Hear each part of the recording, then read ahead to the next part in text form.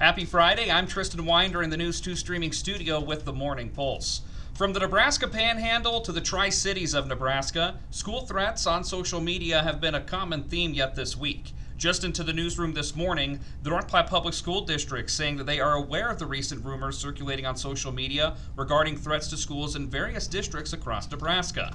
Adding that while these rumors have not directly impacted the North Platte Public School District, they want to assure their patrons that the safety of their students and staff is top priority. Adding that they take all concerns seriously and that they ask for the help from the public in keeping our schools safe. Adding that if you or your child hear or see anything concerning, contact the school directly or local law enforcement. This can help in assuring that they can address any potential issues quickly and appropriately. Posting, sharing, or forwarding rumors on social media can spread misinformation and can cause unnecessary harm. We'll keep you up to date on this story here at News 2. In other news, this broke late last night. The West Nile has been detected within Lincoln County. Now, the West Central District Health Department has confirmed the mosquito pool within Lincoln County has tested positive for the West Nile virus. According to a press release from the West Central District Health Department, the end of the summer season, August to September, is the most likely within the year that positive West Nile samples are going to be collected and reported. The health department is advising that residents continue to protect themselves against mosquito bites by wearing lightweight protective clothing and using EPA-registered insect repellent. Residents are also encouraged to frequently drain containers and other standing water that may be around their homes, and that's going to help in disrupting the breeding cycle of mosquitoes. According to the Nebraska Department of Health and Human Services, West Nile virus infections in humans can follow in the wake of positive mosquito pools within the peak around Labor Day and disappearing around mid-September. Approximately 8 out of 10 infected with the West Nile virus do not experience symptoms. The remaining 2 out of 10 experience fever, rash, headache, fatigue, and joint pain. Symptom onset is typically 3 to 14 days after being bitten with an infected mosquito.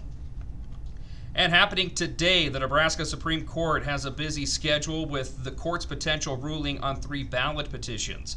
2 of the 3 decisions surround the issue of abortion within Nebraska. One looks to toss the abortion rights petition, arguing it violates the state's single subjective rule.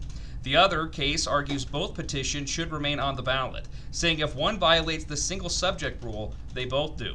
The third case is to toss the petition seeking to repeal a new state law providing public dollars for private school scholarships.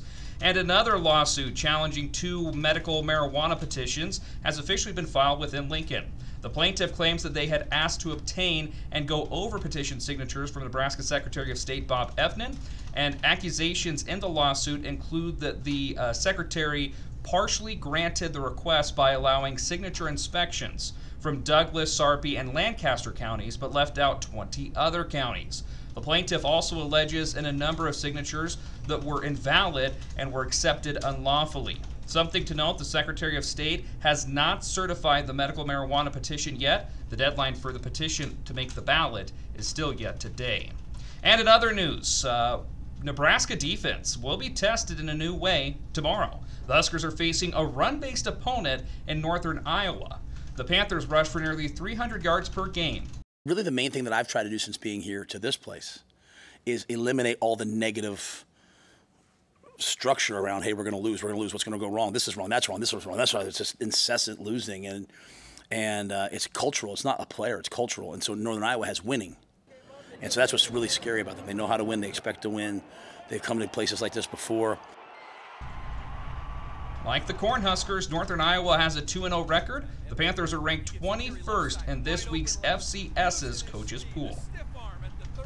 Lastly, coming today on News 2, tourism expands in the Nebraska Sandhills. Now, we're in Arnold this morning. We have a report on a new business within the community of Arnold. Tune in tonight at 6 and 10 for details on that. Also, a report issued this week from the University of Nebraska indicates that older rural Nebraskans are more satisfied. And from Brady to Arnold, everywhere on in between, our sports team, will be out gathering football content this evening, so tune in for a special End Zone show tonight at 10.